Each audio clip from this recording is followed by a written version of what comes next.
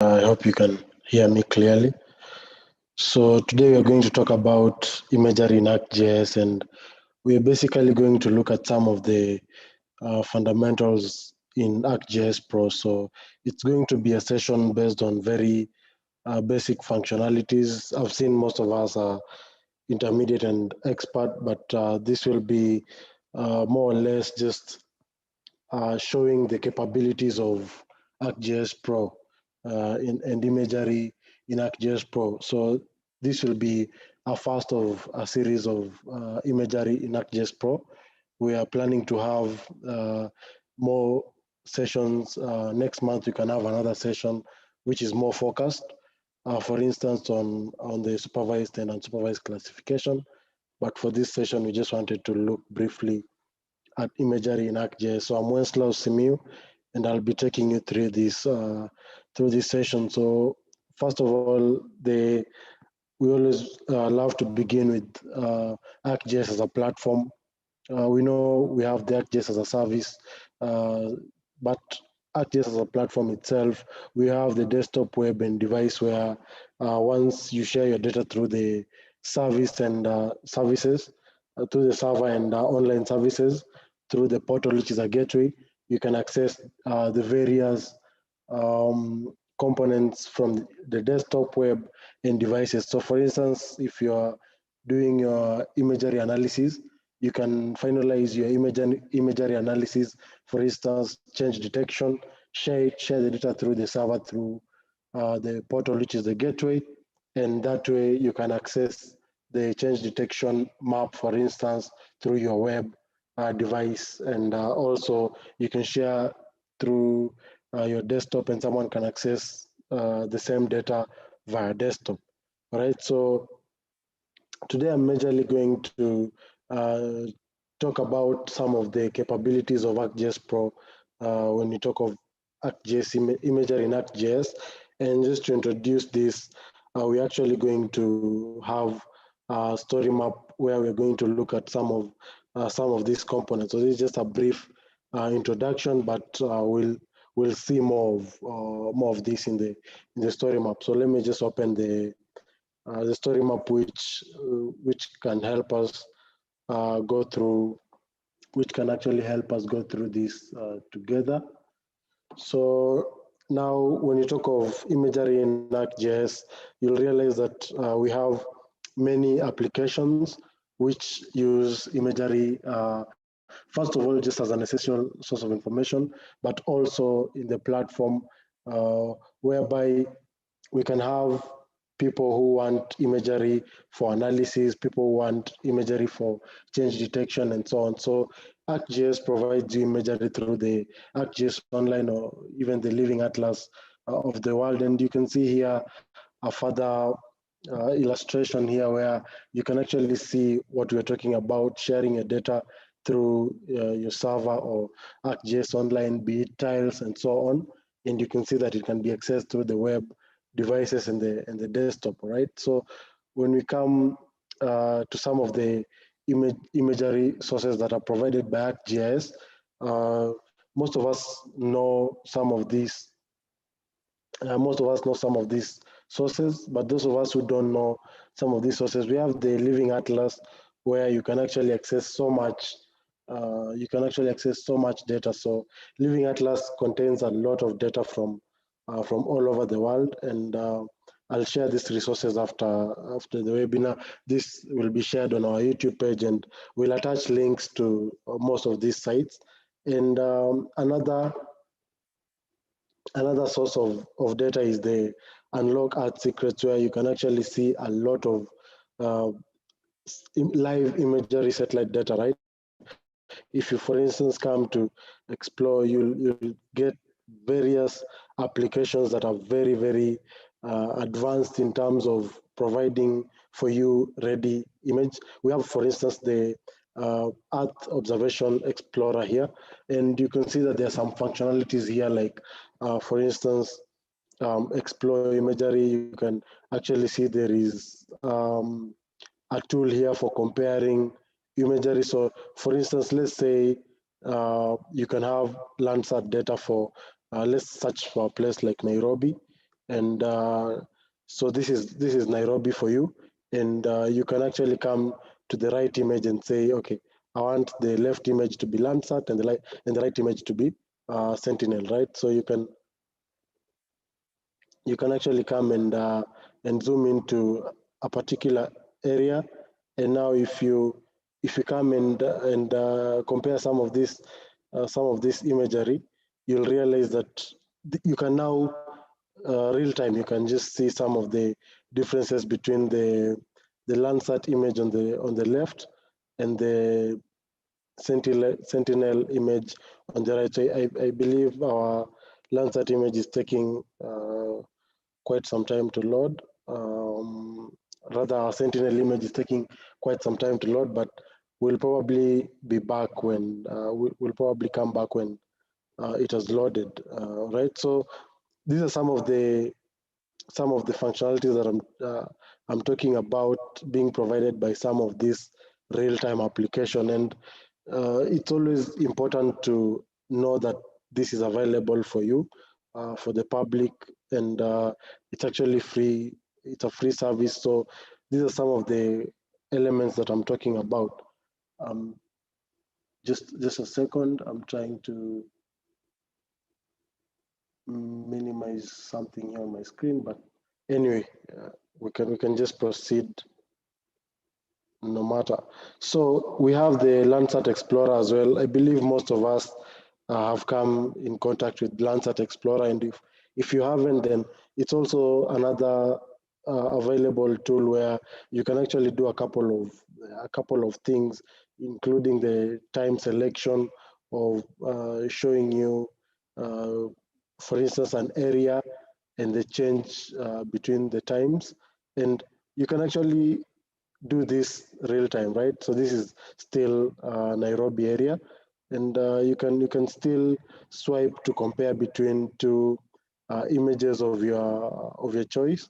You can actually have masks created and so on. So because I'm just mentioning through some of the capabilities, I'll not really take so much time, but these are areas you can even do some change detection real time, right, on the fly. So these are some of the resources that are provided to you. We have the Landsat viewer.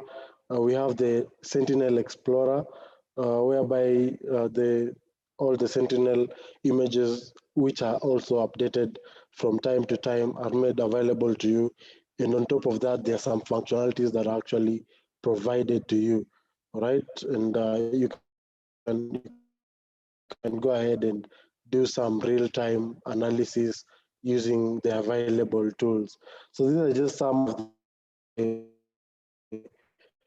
many imagery applications that are available to you online, and you can actually access this. We'll be sure to share this link when we'll be sharing this on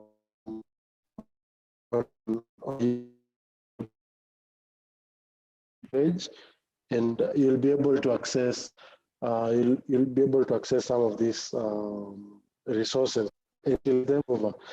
So going back to our presentation, when we talk of the imagery resources, I believe this is what we've been looking at, the Living Atlas, which I've actually covered, which is an ArcGIS platform that actually gives you access to ready-to-use content, and there's a huge collection of maps, gallery, imagery tools, and apps. And you see the beauty of ArcGIS Pro is that you can actually access this on the fly. So I'll be showing you that briefly.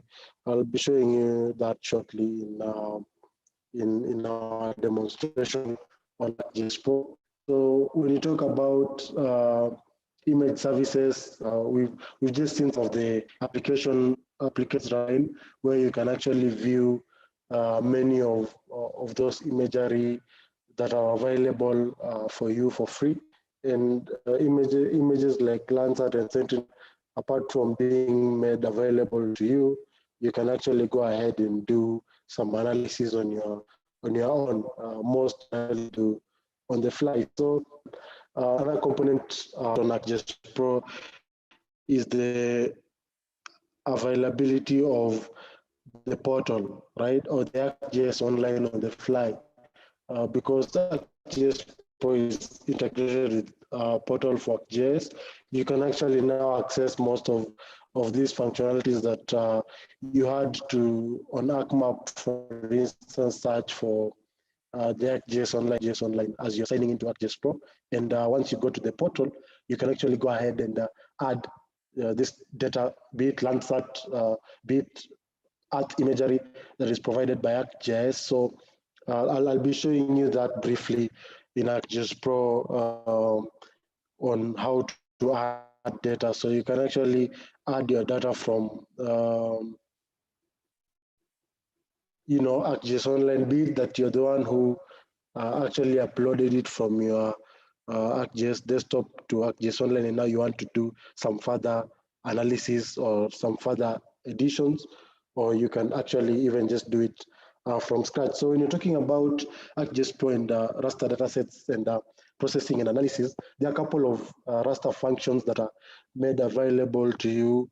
You can go ahead and do the water indices, the land cover kind of analysis, and so on. And as I said, we're just introducing these tools as part of our webinar series this year, but this is a first of many, and we may want to get, I believe Ronald or Victor will share a survey at the end, so be sure to tell us more in that survey about what you want us to focus on more, so that we can actually now handle more of the imagery and raster dataset processing and analysis, and handle some of your day-to-day activities and what you actually do in terms of the imagery analysis. So do tell us more about what you want to see, and then we'll be sure to actually cover those components. So these are just some of the elements that are covered: clipping, masking, composite bands. I'll be focusing more on the composite bands today, just looking at how we can add our images and how we can actually play around with the various background come out of it. And we'll probably look at some of the indices that are possible. If time will allow, we can probably look at some other components. We'll also look at how we can actually enhance the imagery appearance using the gamma, brightness, combination, and playing around with that, so that you just have a better image in terms of, for instance, when you get your image, you download your Landsat image, how can you sharpen it more so that you can actually improve the interpretation, right? So we may also look at the NDVI, which we'll just go through. And when you talk of the image classification component, which has been improved over time, now it's even much more improved in ArcGIS Pro. And we may have a session where we just look at some of these classification components, like now the supervised classification and the unsupervised, which is not very commonly used. But now when you're looking at the supervised classifications, some of those specific kind of results that you're looking for, and using the swipe tool to compare, and probably now do more informed kind of analysis decisions. So there's so much more of that in the in ArcGIS Pro. And of course, the satellite sensor types and file formats have actually been also considered. And as you're talking about actually having the Sentinel-2 data available, having the Landsat data available, being able to compare between the two real time. I don't know if our image loaded. I believe it may not have, but we can just do another search and see if we can actually get that is the Landsat image, and then here we can actually get the Landsat 2 image also for Nairobi. So there's something that may not be loading completely well there. Let's give it some time. But anyway, when we're talking about just comparing and using the swipe tool, as you can see, just to compare two different sensor types in file formats, that's what we're actually talking about. So there are people who may prefer using a Sentinel data because, of course, of the different qualities when we're talking about the spatial qualities and so on. So at least you're provided for most of those functionalities in real time, right? So when you're talking about even some functionalities like mosaicing data sets and so on, so ArcGIS Pro also has a lot of the advanced capabilities and sped up processes when you're doing some of these basic kind of functionalities, right? And we'll just be looking at a few of them today, but allow me to actually just rush through this story map because of also time. And when you talk of publishing your image services, once you have done your image analysis, of course you can publish your images to ArcGIS Online. The most advisable will be through the server for ArcGIS, and of course utilize it on the ArcGIS Online. So that in case that was one of the questions that we have gotten a couple of times, where someone complains about the usage of credits and imagery. So one of the best practices, of course, is always sharing your image datasets to the ArcGIS server and then utilizing it as a service on ArcGIS Online. So that really helps with the credit consumption because now the image is majorly on your premise. So of course, we'll provide some of this to actually go directly to our demonstration today, where we'll actually look at a couple of ways in which you can play around with ArcGIS Pro, or rather you can utilize ArcGIS Pro in your imagery analysis. Right. So I'll just go to the demonstration and show you a couple of probably things you can do with ArcGIS Pro.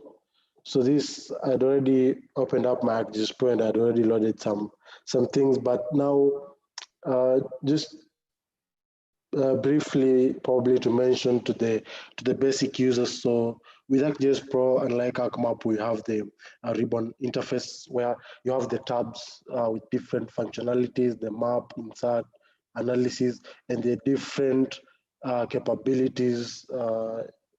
For instance, now adding, for instance, now another tab, like this is just a crime analysis tab added specifically for all crime analysis kind of functionalities. And I believe we even had a webinar on this as well.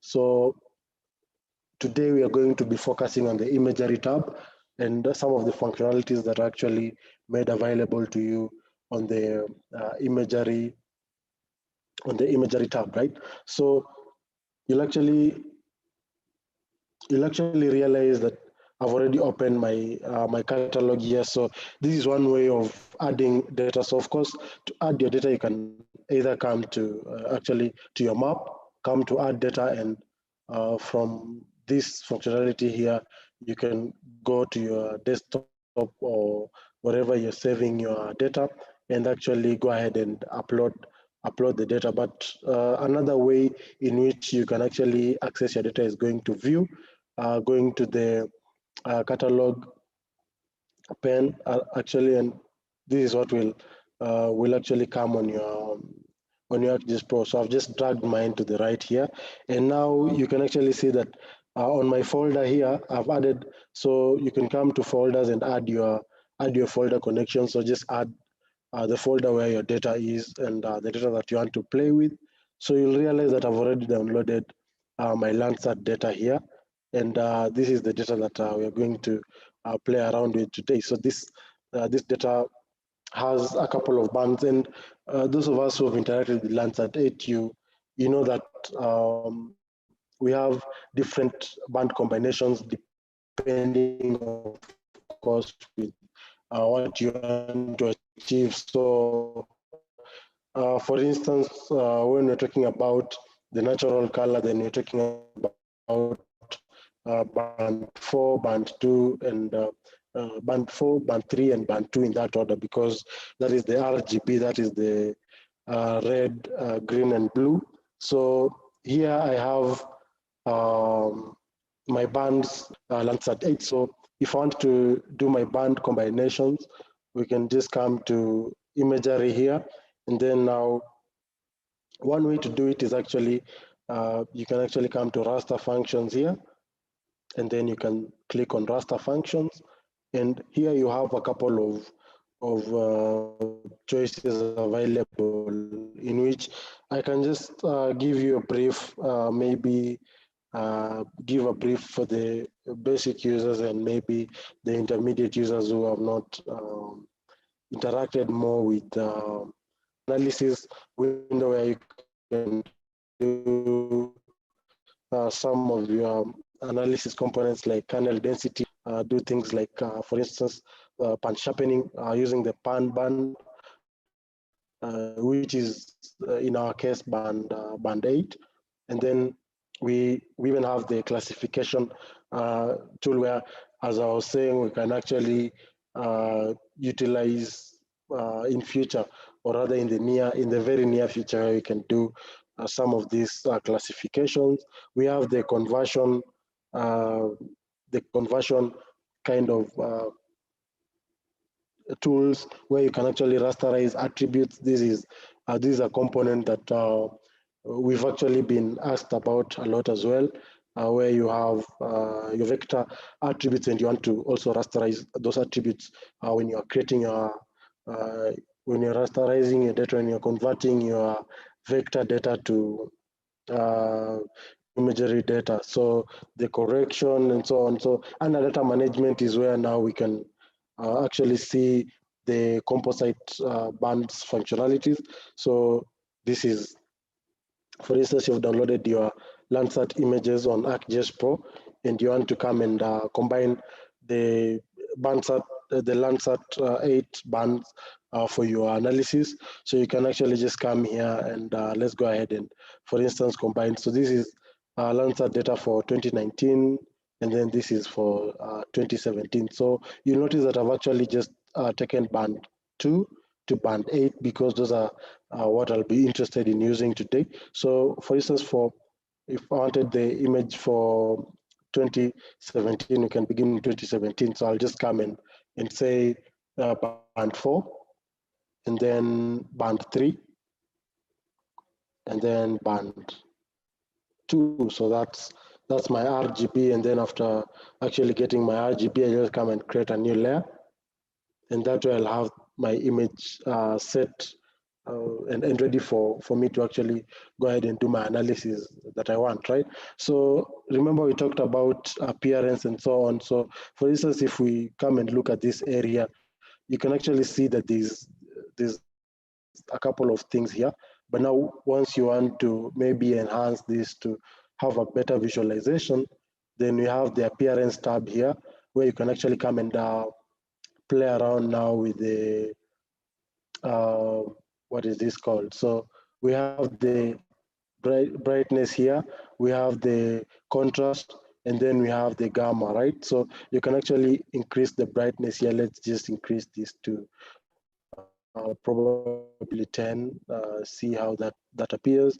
Probably increase the contrast. So you can play around with these figures depending on how you want, or how clearer you want your image to be. So maybe we can have that at 2, and so on. So then great. If you feel like it's still not the best format in which you want, you can always increase. So you can see that this area, the vegetation is actually clearer. You can see some buildings which are a bit hidden, but on zooming in, you can actually, in terms of some developed areas and so on. So this is the natural color. And of course, now, if you want to, for instance, let's just come and see this area. So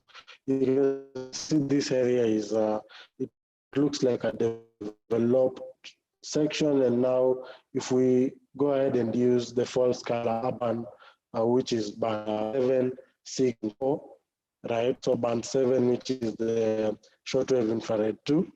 And then we have the band 6, which is the short infrared 1. And we have that band composite.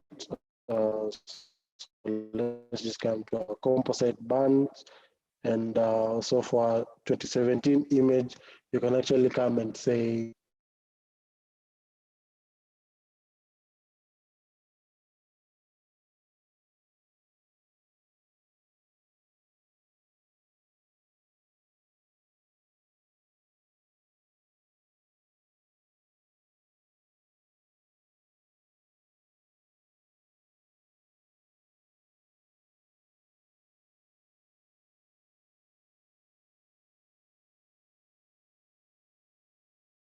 I hope not, I hope not. Um, so I was actually on band combination,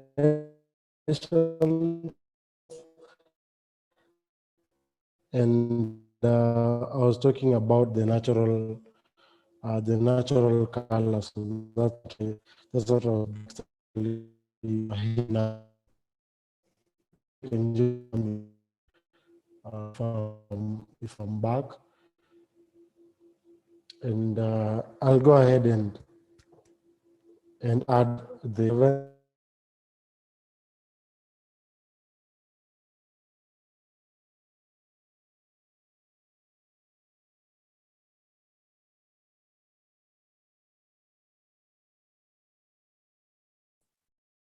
Hi everyone. Sorry for that.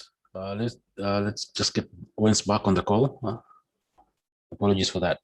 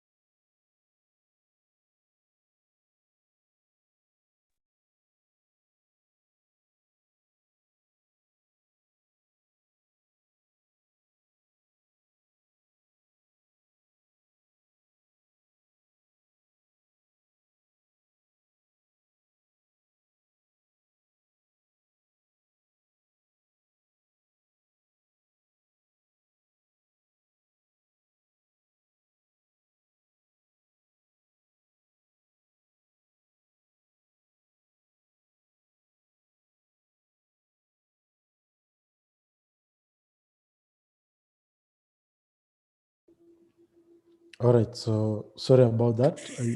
I believe you can now hear me. So I'll actually proceed in the band combinations of natural.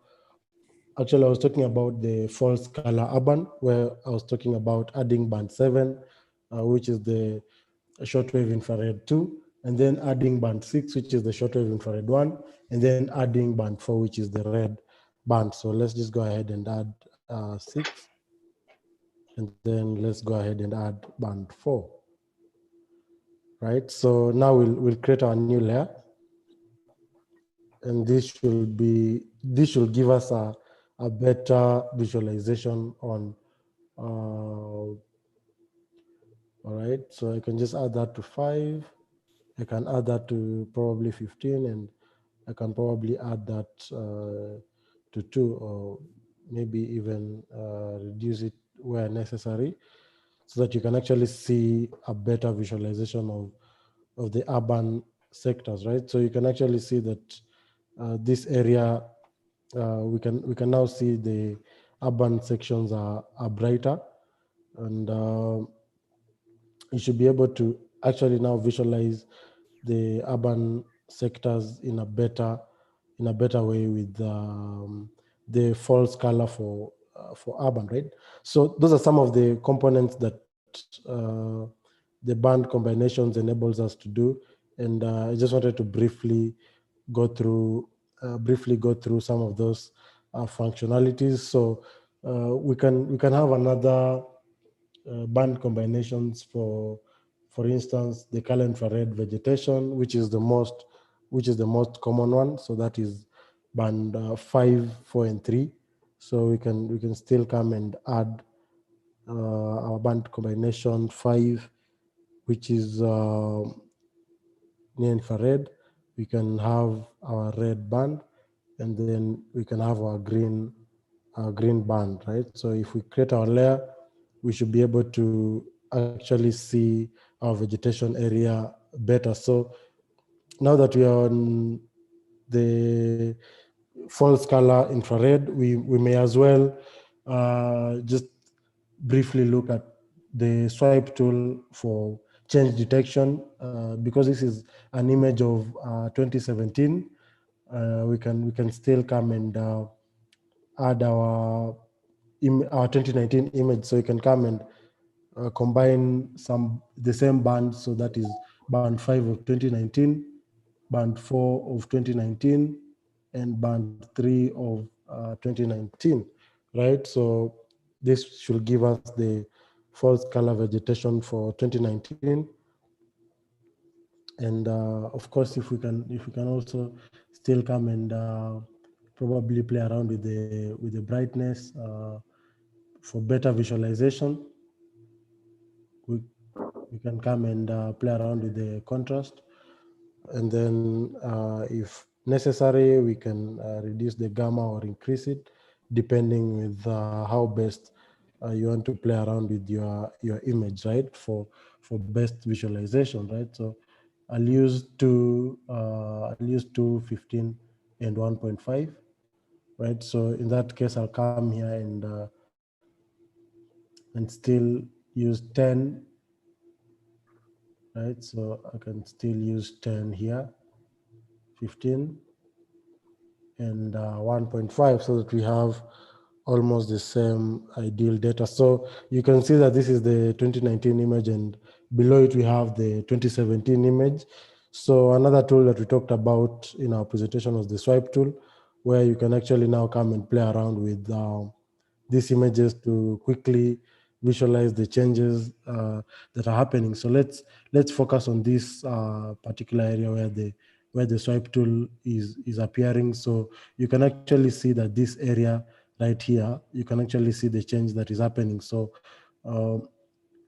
whereas in 2017 there wasn't probably a lot of plantation happening, you can now see that now planting has taken place, and you can see there's a couple of vegetation that have increased, and it's convincingly. So you can actually look at another area, this area right here.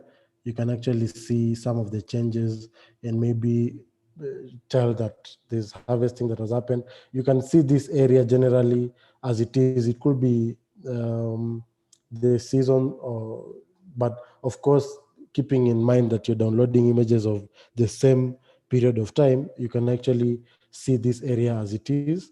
All right, so this is 2019, and it can actually show you some of the changes from 2017. So you can see that this area was actually had a lot of vegetation, this whole area, and now in 2019, you can see some of the changes that have happened.